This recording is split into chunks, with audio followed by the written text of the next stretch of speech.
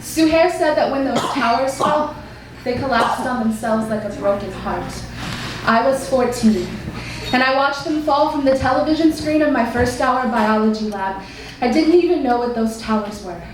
But I felt tears well up behind poorly applied eyeliner, watching smoke rise from ashes like a signal fire, begging God for help. Before the end of the year, I found myself on a plane headed to the state that housed the brokenness of Ground Zero. After 3 months of rebuilding, the air still tasted like ash and rubble, but none of the pictures made sense.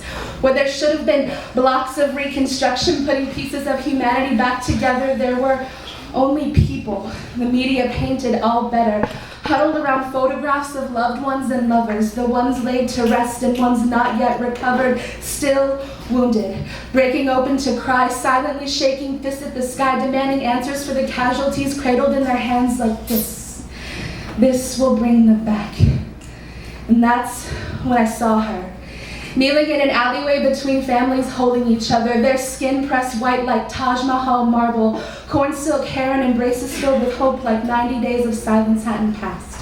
Her skin glistened with tears and sweat running thick and wet down calloused hands.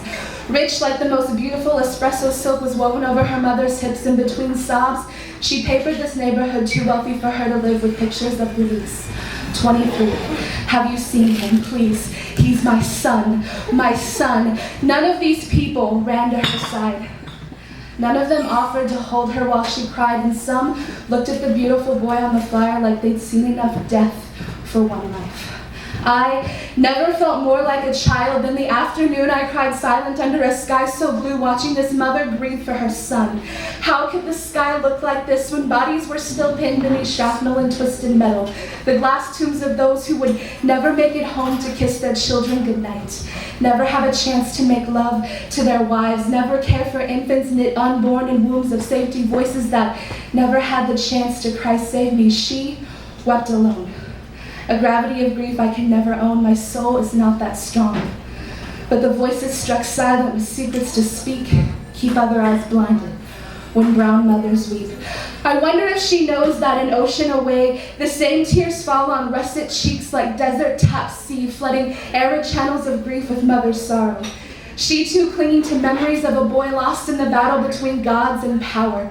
She knows if she were to don her cover and pace the streets, she would be regarded as a hero's mother, but kneeling over the clothes that still smell like him, she can't bring herself to fight the tears back and rise, wondering what religion would demand a martyred life for paradise, what God would steep his hands in the blood of young men molded like desert clay to fight battles between titans on ethereal plains. His name will be celebrated as a soldier of Allah, toppling the Western Caucasian deity, leaving ash thick in the throat of their wealthy god with greedy hands. But all she can think in the last 90 days, and all she can see when she kneels down and prays, are the faces of mothers scanning the wreckage with dwindling hope, the beds that remain empty, and all the clothes patched by hands that now clutch shadows of their children beneath the smoke. Does her son's body lie blanketing those streets? Did he die for a religion she taught him to follow? Praying 5 times a day toward the city of the prophets who were silent the morning he drug his last breath between his lips. She runs fingertips over the dirt covering her floor and imagines the broken body of a boy she raised with as much love as she knew how to give. And she will mourn in secret for as long as she lives, because the voices struck silent with secrets to speak, keep other eyes blinded when brown mothers weep. My skin will never pass for sun-kissed mocha, espresso mulatto caramel toffee, or russet cheeks, desert clay streaked with beautiful mahogany. I was 14 before I understood that equality is a myth penned in calligraphy on ancient documents locked in the catacombs of Washington. My eyes were open on a street corner of post 9/11 NYC, like the first time I ever saw the sun. I couldn't believe that things were never made more real before the day I watched a mother bleed her broken heart onto a city street. From that day on, I realized that war casualties do not always fight in steel-toed boots and M16s. They fight demons away from dreams years after they've laid their children to rest, pray to gods they no longer trust for one night of sleep without waking to the faces of their daughters and sons laughing to the beat of hollow war drums. At 15, I watched Diana's mother weep for her 7-year-old daughter, caught in gang crossfire as she practiced her ballet recital outside their apartment door. Now white teenagers from the suburbs throw up phony gang signs and MySpace albums, unaware that a little girl will never dance again because of them. And her mother still sits up at night waiting for her baby to come home.